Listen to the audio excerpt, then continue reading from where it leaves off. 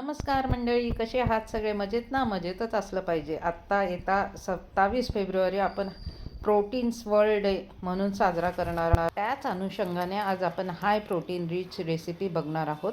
त्यासाठी इथे पालक स्वच्छपैकी धुवून घेतलेला आहे, बारीक थोडासा चिरलेला आहे.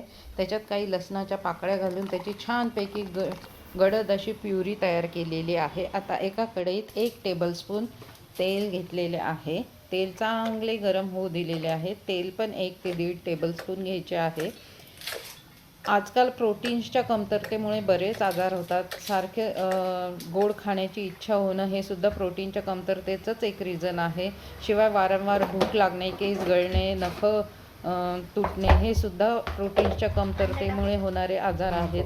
त्याचनुसार आज म्हणजेच 27 फेब्रुवारीला आपण high protein rich world day साजरा करणार आहोत. चला तर मग पुढे रेसिपी बघूया. आता इथे आपण लवंग, दालचिनी, जिरे, हिंग फोडणीला घातलेले आहे व कांदा मस्तपैकी फ्राय करायला घातलेला आहे. आज आपण एक प्रोटीन रिचच रेसिपी बघणार आहोत. ती आहे पालक आणि पनीरपासून तयार केलेली. तर चला तर बघूया पुढे ही रेसिपी काय होतं ते. तर कांदा छानपैकी आपल्याला परतून घ्यायचा आहे.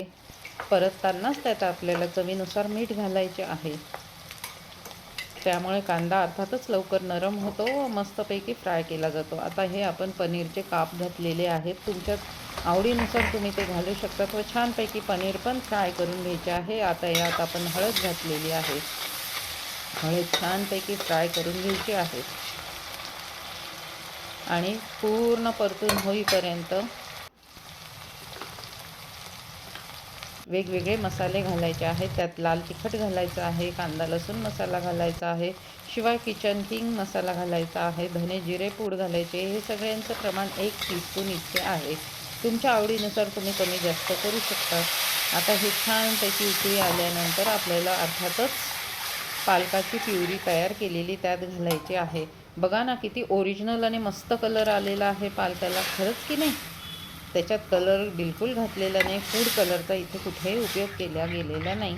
आता इथे आपण 2 वाटी तांदूळ छानपैकी स्वच्छ धुवून घेतलेला आहे व तो आता ह्या ग्रेव्हीमध्ये घालून लागता पाणी टाकून आपण भात मस्तपैकी गरम करायला ठेवलेला आहे, शिजायला ठेवलेला आहे.